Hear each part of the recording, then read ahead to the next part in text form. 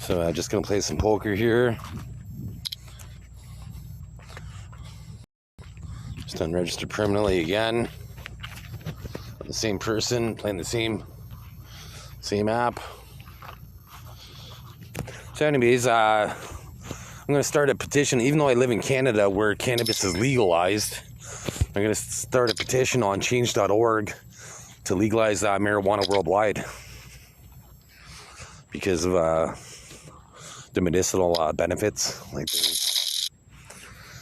it helps with Tourette's, Parkinson's, Huntington's, and for chemotherapy, it helps prevent nausea and promotes weight gain for people with AIDS. So with chemotherapy, it particularly it helps you prevent nausea and vomiting.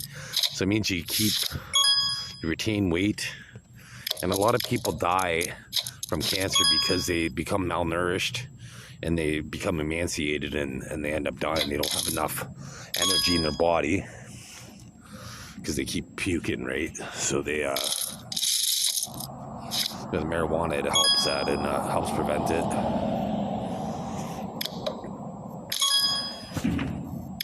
So it's something that I'm going to advocate for. And you know, in Canada, it's been legalized for a while. It's created 151,000 jobs. And Canada hasn't even done it like how they do it in Amsterdam. Like we have dispensaries, but in Amsterdam they have like lounges where you could go to. Like there was only one lounge I was aware of in Toronto, but there should be lounges, and so there could possibly be another 50,000 jobs created in Canada once they had lounges where you could go and you can smoke your cannabis, because you don't even have to just smoke cannabis. Like most people, when they think about cannabis or marijuana, they think you have to smoke it, but you could ingest it. You could do gummies and edibles like cookies or brownies, or you could get topical lotions, and you can apply it to your skin in a transdermal effect, like it gets absorbed through your skin transdermally, and then it alleviates pain basically. So there's a lot of chemistry involved in alcohol and pharmaceutical products, where it's the only thing that's necessary to grow marijuana and smoke it as a joint is sunlight and water and soil, right? Like obviously has that soil, but it's a plant. But to me, there's no difference between cannabis and corn or apples or oranges. They all, it's just funny that people are against a certain type of plant and then not another type of plant. It's been around, it's been domesticated and cultivated for, I guess cultivated would be a better word. Like cultivated for the last 12,000 years. The plant's over 5 million years old. So would rabbits and deer eat weed or cannabis if it's grown, or marijuana, whatever term you want to use. Weed is a derogatory term, because when it has a negative connotation. When you say weed, you think it's a problem, right? But it's only like with alcohol, for instance. Like a lot of people drink alcohol, you get alcohol poisoning, you get the spins, you get hungover, and every single person that drinks alcohol and to a certain point and gets drunk enough, they end up puking and they're holding a toilet bowl, and the first thing they say is, I'm never going to drink alcohol ever again. But then they do. Right? There are benefits to alcohol, don't get me wrong. Like I do, like anything in moderation, right? But with marijuana, you smoke weed, you get the munchies, and you giggle, right? You think of Cheech and Chong. Maui wowie, man. Right, and it's funny because with me, actually, it's a stimulant for my mind, and it makes me smarter, and it makes me more athletic. Like I do have a unique biology, so it has a different effect on my biology than it would everybody else. But it's a performance-enhancing drug. I think it might be sativa, but if I smoke one of them, they kind of make you mellow, but the other one kind of excites me, and it makes me. If I smoke it, I want to go. I want to run a marathon. I want to just do a whole bunch of athletic pursuits, like for the whole high, basically. So it's a performance. If I was a pro athlete, I wouldn't be able to smoke weed because of its performance-enhancing capabilities.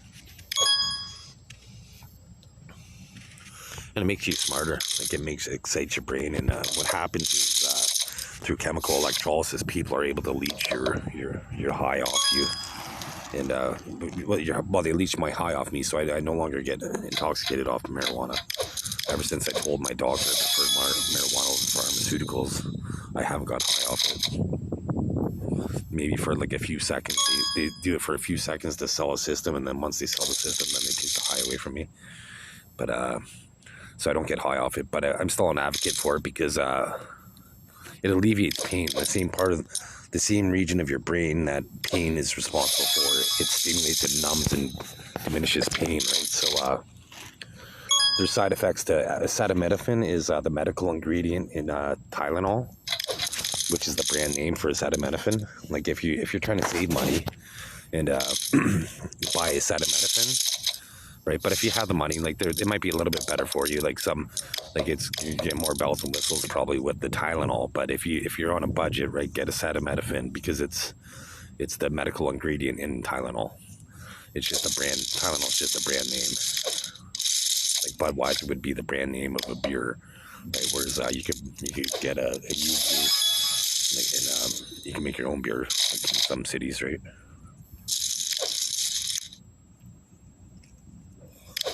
So the good thing about it is, in Canada, marijuana over the last 5 years, it's made $76 billion. So if marijuana or cannabis was legalized in the States, that would be roughly $694 billion over a 5-year period. That's almost $1 trillion, right? And it would create, based on Canada's numbers, it would create roughly 1.3 million jobs.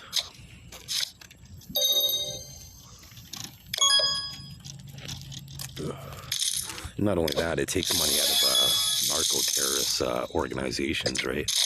It's less money that the Drug Enforcement Agency in the States would have to use to hunt. They could focus on serious drugs like fentanyl and maybe Oxycontin or I don't even know, crystal meth.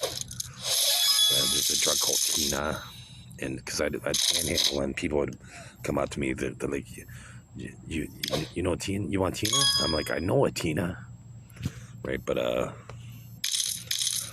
just strictly smoke cannabis. But anyways, there's a lot worse drugs than cannabis. So here I have an open-ended straight flush draw, and I already have a flush, so I'm going to call. But I could have a low flush.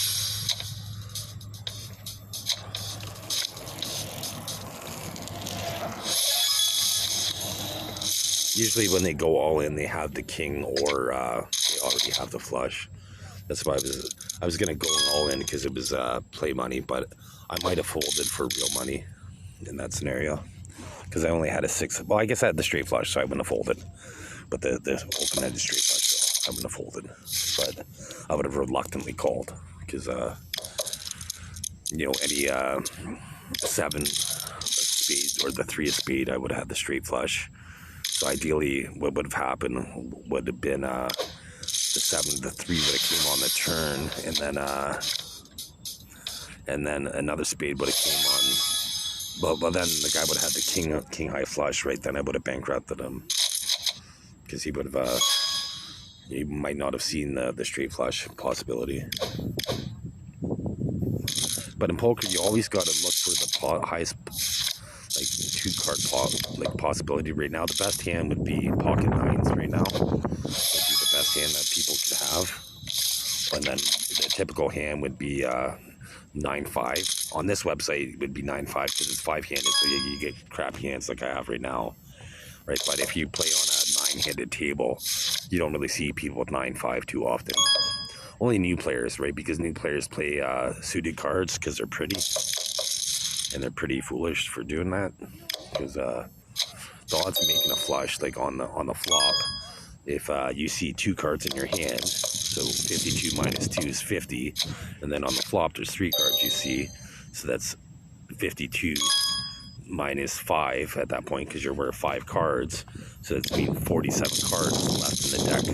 And to make a flush, you only have 9 cards to make an open-ended flush. Like if you have a 4-card flush, you only have 9 cards that can make your flush. So 9 divided by 47 is a little bit less than 1 in 5 chances of winning, right? So it's a losing proposition. You're going to lose 4 times out of 5, basically.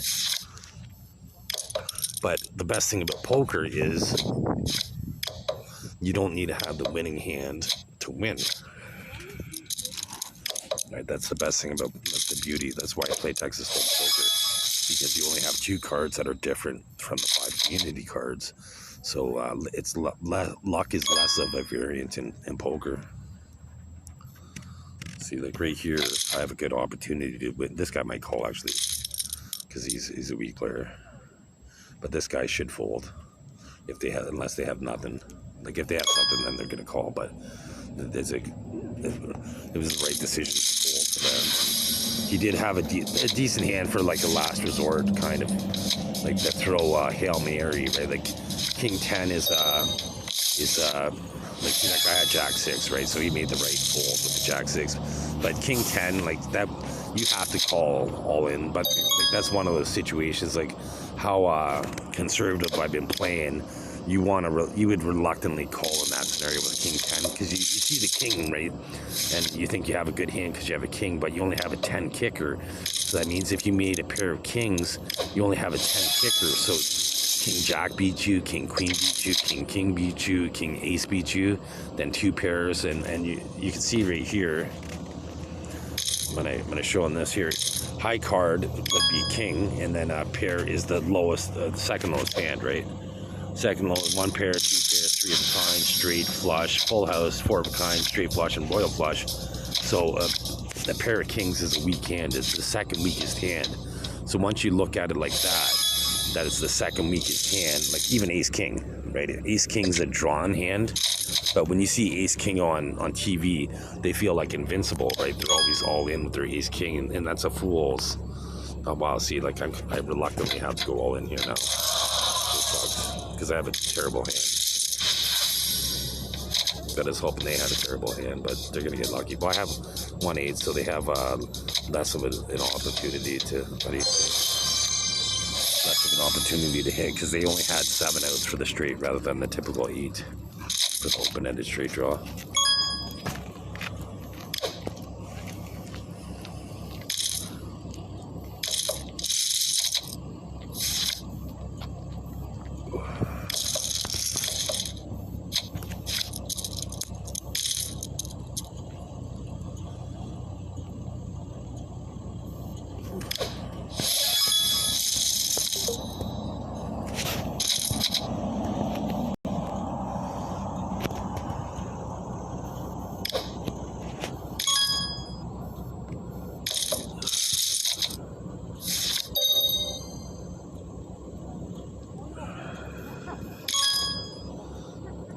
I was gonna go all in if he would have checked. He would have been able to bust me if possibly if I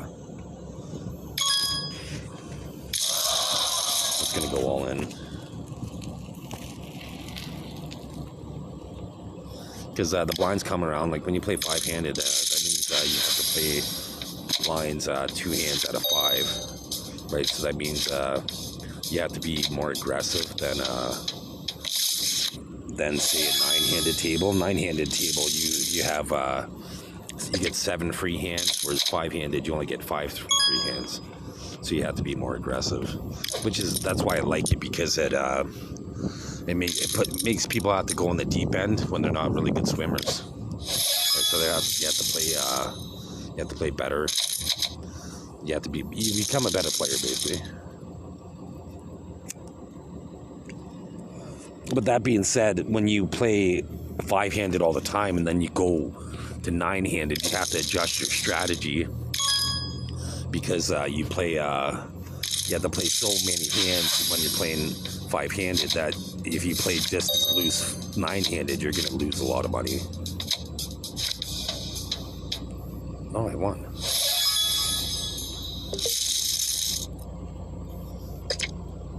Okay, so now 90. Okay, this is good. Hopefully I can win this. The blinds go up really fast on this site, which is the only thing I don't like about the site. The fact that I get unlucky lots, but so I'm gonna fold here. So another rule for poker is I didn't really have an opportunity. Like I had a gut shot straight there, but you never want to chase a straight when there's a potential flush.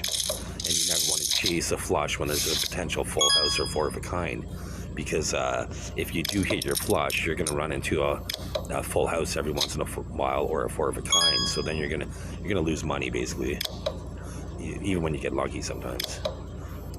Most of the time you won't, but it's just a good strategy over the long term. Like, so that being said, you got to pick your spots. So I'm gonna show the bluff. I probably bluffed successfully over 300,000 times. I played several million, probably 4 million hands, so. Because when COVID happened, I needed a hobby that can make money, and so I decided poker because I like video games, so I wanted a game that I can make money. But unfortunately, I showed the bluff last time, so I can't bluff this time. It's unlikely to get a call. But I probably had the best hand. If he bets, I'm calling.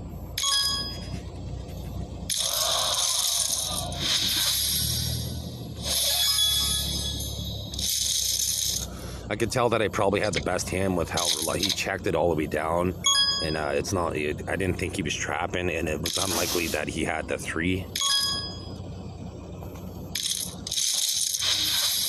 So he only has 3 deuces in the deck to make his hand, and he hit one. Fuck, they always do it.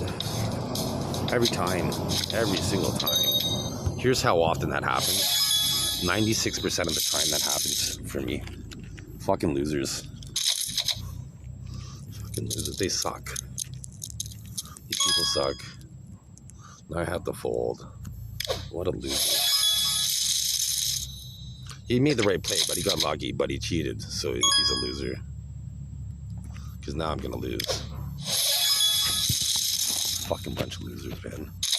Like, I could tell because I have wrinkles right now, and I don't normally have wrinkles. And I'll just show you a picture from the 10th of September where I don't have wrinkles under my eyes, but currently I have wrinkles under my eyes. So that means that they're registering me. Now I have to fold if he... Fuck. He doesn't have anything, actually. I'm gonna... He has to get lucky. I had the best hand. I had a feeling he didn't have the king or the ace.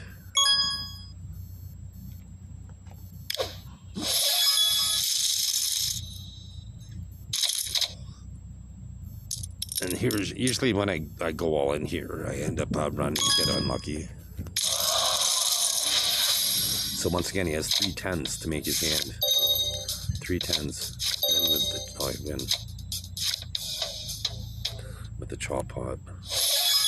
I thought it was going to be a chop pot with the pair, but I had the ace kicker.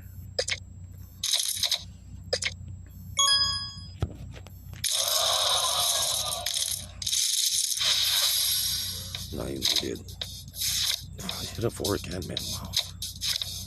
I get unlucky so often.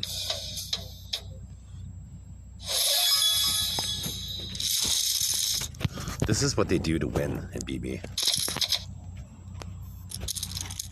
That's what they do, like, fucking losers, man. And all they do is cost the poker economy money. They're costing money. Because I was talking about cannabis and stuff like that, and well, they use drug proceeds to rip me off and cause me to have wrinkles, right? So why the fuck would I want cannabis purchased? I knew I was gonna lose. As soon as they sucked out 2 hands in a row, I'm gonna fucking... They sucked. As you can see, I completely outplayed them. I bluffed twice successfully, and they got lucky twice against me. They suck. Here's what they look like. They suck. And that's what they cost in the poker economy.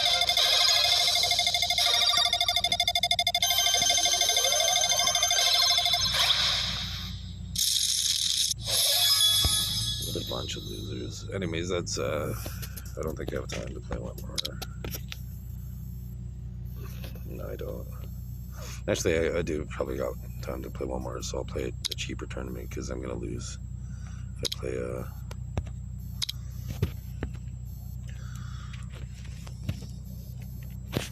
Also, before I do that, I'll show you here how I have wrinkles, and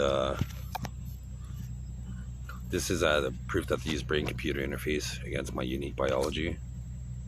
So you can see under my eyes how I have it's kind of hard to tell, but yeah, how I have wrinkles. So now I'll show you from today's September 20th. I'll just show you that. It's September 20th. Now I'll show you from September 10th when I didn't have any wrinkles under my eyes. And this is what the Canadian government does to me. This is how they violate me. You can see here, I don't have any wrinkles under my eyes, really. And this is September 4th. So I'll show you another one from September 10th. And there's none under my eyes. And this is September 10th, 20. So as if I would have got that many wrinkles in 10 days. It's that because I have evolved human biology, so they use this to, they rape my human experience to steal my evolutionary attributes with DNA transfer. And usually when I sign up for a tournament and I do this, they make me log in and they make me waste a bunch of time. So I, like, see, it's now saying I haven't left, I haven't moved, so how could I possibly lose connection? It's like the cell phone, the satellites didn't move. I haven't moved, so the towers haven't moved. It's just perpetrators. That's what they do 100% of the time. They pretend that this is real money. As if I do that if it was for $200 million for real.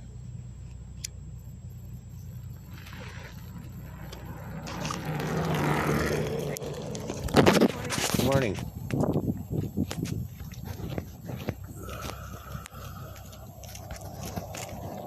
I'm the most victimized human that's ever lived. My name is Christian Eric Arnie Meyer. Here's how often the rapist nurses violate me at the CEAM hospital. They don't even play poker. They're losers. Most of them, they don't even play. They suck. They suck. I play against pros all the time unofficially, and I destroy them. Put a guy in a straight flush. They're losers. All they do is cost the poker economy.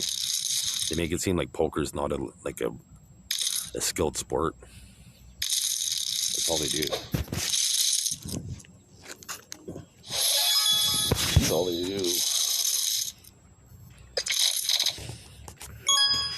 So I'm walking. So now that I'm walking, they can't register me because I'm walking. So you'll see next time I look at the camera, I'm not going to have any wrinkles under my eyes. And I didn't take any Plexiderm and things like that. I didn't take any medication to alleviate any wrinkles, and the Canadian government doesn't pay for any wrinkle reduction capabilities, and I'm on disability, so I can't afford Plexiderm.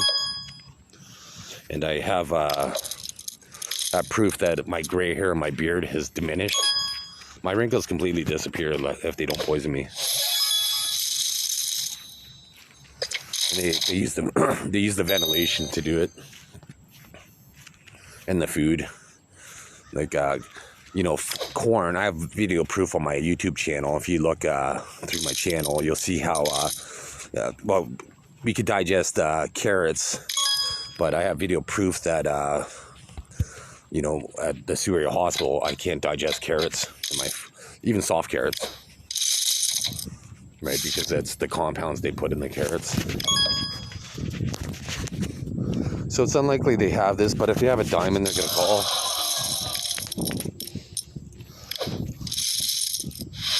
Jack, nice hand.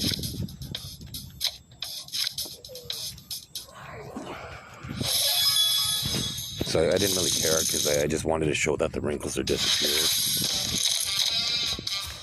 Now, because I'll just show you.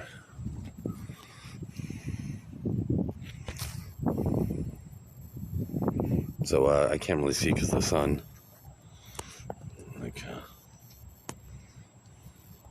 Well, the wrinkles are less than what they were, so I'm just going to edit my telomeres and make them longer, and I'll just show you here. I'm just walking, and I'm going to increase the retinol and hydrochloric acid or something like that, and you'll see how the wrinkles should even be lessened.